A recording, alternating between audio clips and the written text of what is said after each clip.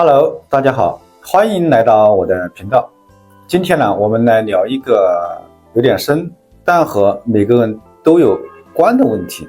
为什么现代人明明生活条件越来越好，却越来越焦虑、空虚，甚至有的人呢会陷入郁闷、抑郁这种状态，乃至轻生的念头。欲望满足后，我们常常感到空虚，因为欲望它是一个永远填不满的无底洞。人生就像钟摆，在欲望满足后的空虚和欲望未满足的痛苦中来回摇摆。这是叔本华的著名论断，也是复旦大学王德峰教授的对人心真相的概括。我们呢拼命追求更大的房子、更好的车子、更高的薪水，却发现满足感转瞬即逝，新的欲望又接踵而来。这难道就是人生的全部吗？不是的，但是它也不是一个小问题。但我希望通过我这类结合佛学与心理学的视频，能帮助大家慢慢看清我们的痛苦它从哪里来，而幸福呢，我们又该往哪里去找。欲望满足了的空虚，不满足就痛苦，听起来很绝望，但它其实揭示了一个真相，我们都被欲望牵着走。佛陀说，一切众生皆因贪欲而苦。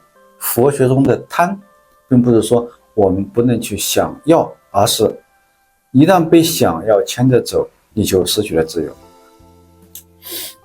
心理学也早就研究出这种现象，叫做想的适应。意思是什么呀？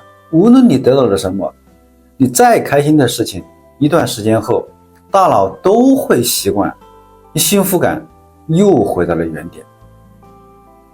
我们买了房，你会想要更大的；有了爱情，你可能会怕失去；升职了，你又担心下一个目标。所以我们以为多一点会更幸福，其实只是在不断制造新的焦虑。佛学讲放下，心理学讲觉察，其实说的是同一件事情。幸福不是拥有多少，而是你放下了多少。真正的幸福是能安住当下，不被欲望牵着走，不被未来吓着跑。当你开始从我还缺什么变成我已经拥有了什么，那一刻你就已经在幸福当中了。记住这句话，人生最高的境界不是过得多精彩，而是能心平气和地过好每一天。你有没有发现，每当我们以为再买一个就够了，再升一级就满足了，再被爱一点点就幸福了，可真的得到之后，那种满足感又转瞬即逝。我们就像一只永远停不下来的陀螺，拼命追求，却又始终觉得还差一点。为什么呀？为什么我们总是在想要和空虚之间来回折腾呢？欲望满足了就空虚，不满足就痛苦。人生就像钟摆，在空虚与痛苦之间摇摆。这句话呀，其实揭开了人性最深的秘密。今天我们就用佛学与心理学的角度看看，为什么人永远在欲望中挣扎，幸福又该如何回到我们的心中。现代人活得很累不是没钱，不是没爱，而是永远都觉得不够。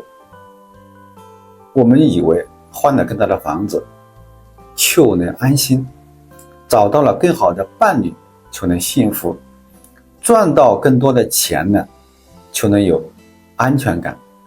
可现实是，每个更好的背后都藏着新的焦虑。你刚买完房子，又想装修；刚升职，又担心失去；刚恋爱，又害怕被抛弃。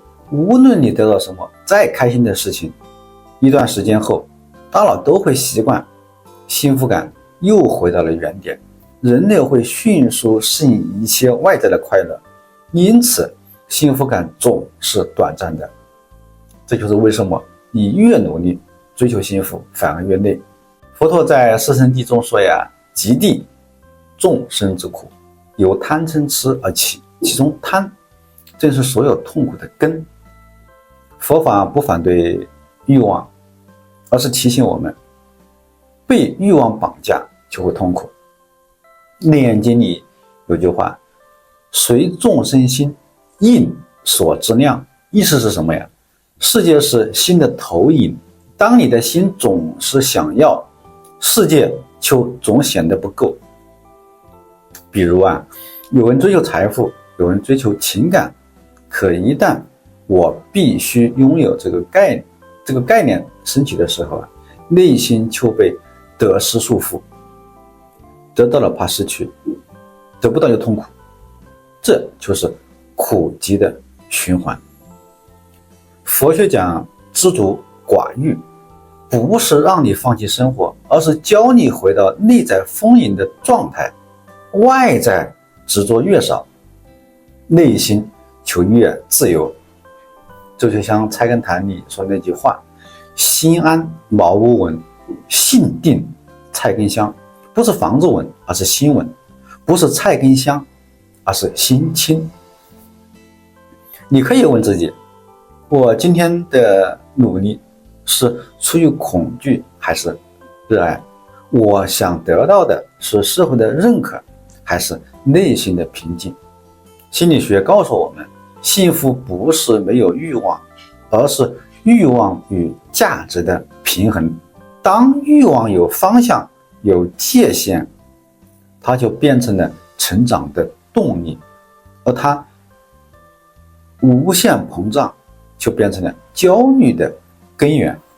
佛学说心静自然凉，心理学说感受当下的幸福。两者其实在说同一件事，幸福从来不在外界，而是在心能否安定在当下。当你意识到不需要靠买东西来证明自己，不需要靠别人爱你才能确定自己的价值，不需要等未来才能幸福，你就开始体验到了一种平静的喜悦，那是从拥有转向存在的幸福。真正的幸福不是得到多少，或者说不是得到更多，而是减少不必要的追求。心若知足，处处皆是圆满。人生的意义不是去填满空虚，而是看清那份空虚，与你和平相处。当你不再追问我还缺什么，而是开始感受我已经拥有的东西，幸福便悄悄地会回到你的心中。所以记住幸福不是一种结果，而是一种能力，它来自于欲望寡淡，心安当下。愿我们能在够了的那一刻看到真正的丰盈。我们无法消除欲望，但可以改变与它的关系。当欲望的钟摆减慢，内心的平静自然就会显现。心若知足粗茶淡饭，皆是盛宴；心若安定，陋室简居，亦是天堂。你在什么时候体验过真正的幸福呢？欢迎你在评论区分享你的瞬间。谢谢大家的观看。